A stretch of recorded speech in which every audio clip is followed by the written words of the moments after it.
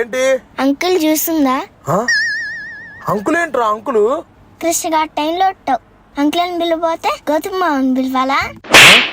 చూసిన చాలే, సపాటా చూసి. సరే తెచ్చిస్తాను సార్, వెళ్ళి కూర్చోండి.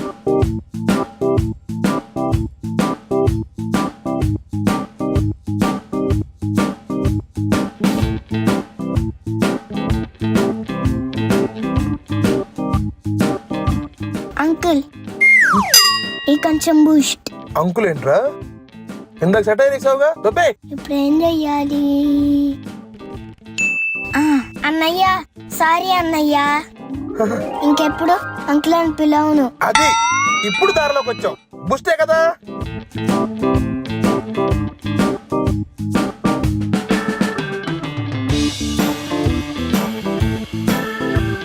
అరే ఈ కొంచెం బూస్ట్.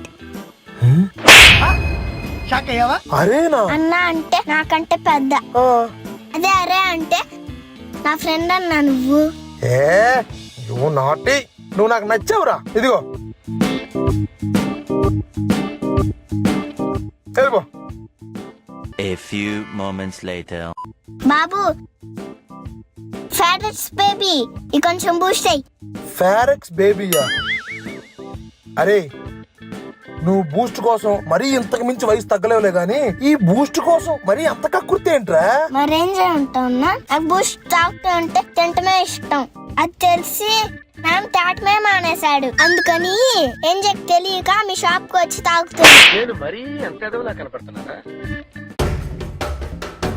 తమ్ముడు సార్ ఏం కావాలి సార్? ఒక పుచ్చకాయ చూసి అమ్మా. Okay sir.